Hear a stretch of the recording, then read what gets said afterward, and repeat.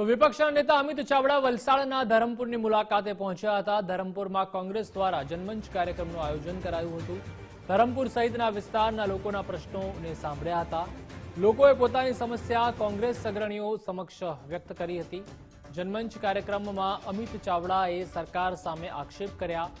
અધિકારીઓ જનપ્રતિનિધિઓ કટકી માંગતા હોવાનો આક્ષેપ કર્યો। કોંગ્રેસ પ્રમુખ દિનેશ પટેલ સહિત કાર્યકર્તાઓ ઉપસ્થિત રહ્યા હતા।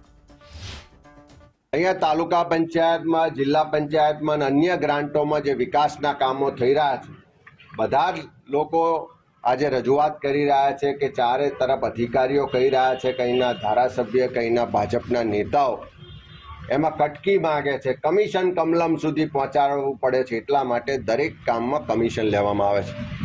મનરેગાના કામોમાં પણ પહેલું કમિશન આપો ત્યાર પછી જ કામો મંજૂર થાય છે। વિકાસના કામો પણ જે 5 લાખ સુધીની સત્તા ગ્રામ પંચાયતોને છે એના બદલે બારોબાર મળતિયા કોન્ટ્રાક્ટરોને આપી દેવામાં આવે છે। એટલે આ કમિશન કમલમ સુધી પહોંચાડવાનું જે આખા ગુજરાતમાં એક વ્યવસ્થિત નેટવર્ક ચાલે છે, એનો ભોગ આજે સામાન્ય જનતા બની રહી છે। તમે જોયું હશે કે અમિતભાઈ આજે ઘણા ટાઈમથી દરેક જિલ્લાઓમાં જનમંચનો પ્રોગ્રામ કરે છે।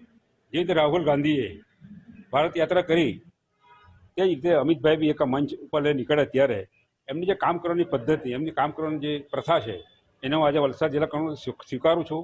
તમે જોયો છો કે એમના જે પ્રશ્નો હોય છે, જે પ્રશ્નો જિલ્લાઓમાં થયા છે એની રજૂઆત દરેક વિધાનસભામાં કરે છે અને એને જવાબ મળે છે। ધરમપુરની વાત કરીએ તો મને જાણવા મળ્યું છે કે ધરમપુરમાં જે આરસીસી રોડ થયા છે એ રોડ એકદમ ખરાબ થઈ ગયા છે। તેવી રીતે એના ઉપર જે બમ્પ લગાવ્યા છે એ બી પ્લાસ્ટિકના છે, કદાચ 1 મહિના નીકળી ગયા છે। દરેક જગ્યાએ ભ્રષ્ટાચાર, આખા ગુજરાતમાં ભ્રષ્ટાચાર છે। એની સામે આ વખતે આ જનમંચ અને અમારી કોંગ્રેસની જનતા રોડ પણ આવશે।